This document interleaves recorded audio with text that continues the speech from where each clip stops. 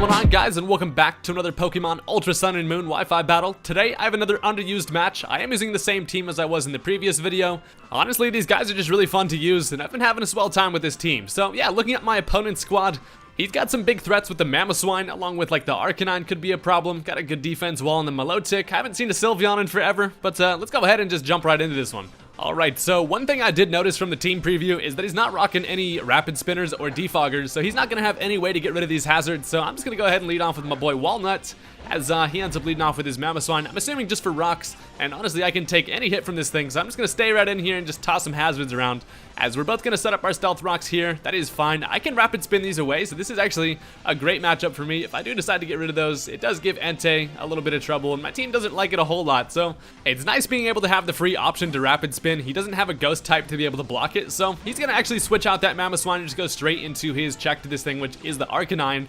And I'm going to decide to just go ahead and set up some spikes. I do want to get as many layers of hazards up early as possible, just because there's going to be a lot of switching, and you know, it really is going to help out with the priority that I've got on my team with the Choice Banded Entei, along with the Azumarill. So I don't want to take a Flare Blitz to the face, so I decided to just go ahead and switch right into Azumarill here. I know that it could go for the Wild Charge, which would have been a nice prediction, but he's just going to go straight for the Flare Blitz here, as Azumarill eats that up, resists the hell out of it, and you're not going to burn Easter today, buddy. So I actually just decided to go right for the Aqua Jet here. The reason being is because I don't know what item that thing's rocking. It could have actually stayed in and gone for a Wild Charge. I didn't want to go for the knockoff and over-predict, so I just make the safe play, which is the Aqua Jet, as he ends up bringing in the Mega Sceptile here. Well, it's not Mega yet, but he's about to bust out the Christmas tree. So I do want to get the Golden Egg out of there, because I do want to save that thing for later. The Aqua Jet is going to be useful, as I know he's going to just probably likely go for the Leaf Storm here, so I can safely switch into Muck.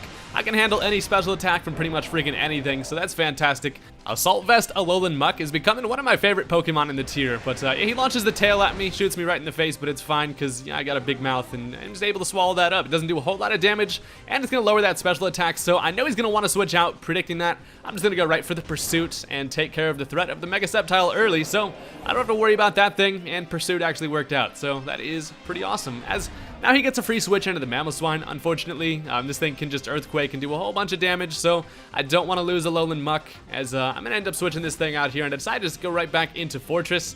Walnut is a literal wall against this thing, and he has a good time, you know, playing against Mamoswine, so he just is going to go for the Earthquake, doesn't end up getting a whole lot of damage, and I decide this is probably a good time to just kind of continue laying up some layers of spikes. So I eat that up, eat some leftovers after it, and I'm pretty fed at this point, as he's just actually going to end up staying in and going for more Earthquakes. I'm assuming just trying to whittle me down.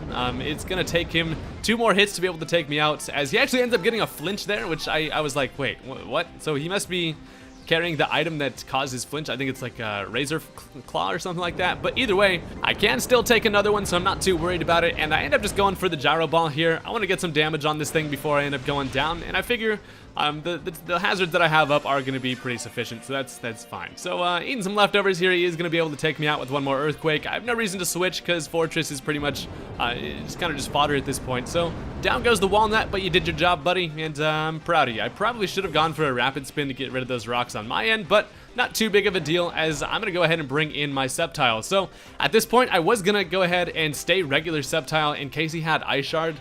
I figured he was going to go for the Ice Shard, but I accidentally clicked the Mega Evolution, and I was like, oh shit, if this thing Ice Shards me, I'm pretty much dead. But it turns out he actually doesn't have it, and Giga Drain is going to take care of the Mamoswine. So my plan was to just stay regular Sceptile on the first turn, just in case he Ice Sharded, so I didn't add that Dragon type to be able to live it, but it ended up working out, because he didn't have Ice Shard apparently. So now he's able to freely bring in the freaking Ribbon Eevee, as I don't have anything for this, and I'm just going to go ahead and switch the hell out. I don't want to take a Hyper Voice, and I do still have a perfectly good Muck here to take any special attack. So bring old Muck in, as he is just going to go ahead and yell at me, and Muck, you know, Muck handles some stress pretty well, as I'm able to eat that up. That Assault Vest is coming in clutch. This thing literally takes everything, but so I have no reason to not go for just the Poison Jab here. He is going to bring in the Milotic, but after the Stealth Rock damage and the spikes, I do have a lot of attack investment in this thing, so the Poison Jab is going to hurt, even if it's like max defense. So I go for the Poison Jab, does a bunch of damage, and I end up getting the poison on it, which is fantastic. So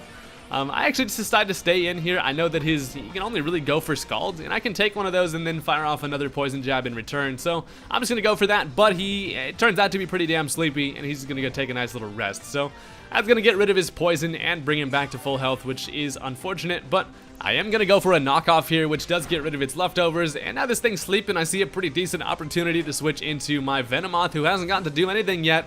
And this is as good a time as any to bring in old Tits McGee to start getting some quiver dances up. So I bring this thing in, get hurt by some Stealth Rock, as the Milotic is still going to sleep for one more turn. So I got a free opportunity for the quiver dance. He does end up having Sleep Talk, which you are going to expect most of the time from Rest Milotic, but not too big of a deal because unluckily for him, he got to rest again. So I got a free little dance up there, and now he's going to bring in the Sylveon yet again. So gets hurt by the Stealth Rock and the spikes. He comes in on me dancing, and obviously I am going to be able to outspeed. And a Sludge Bomb is going to be able to take this thing out. So it's over there eating some leftovers, but no matter how much special defense you have, you are probably going to go down to this Sludge Bomb. As he ends up actually switching out, he decides probably just a late decision there to kind of just sack off Milotic. Since this thing is sleeping, I assume he just decides to go ahead and sack this thing off because he does have that Arcanine to be able to bring in. So that thing is going to go down. Good to see the Milotic go down because those things are quite problems a lot, but you don't see a lot of them in underused, honestly. But so now he brings in the Arcanine, and I'm figuring, you know, I should still be able to outspeed.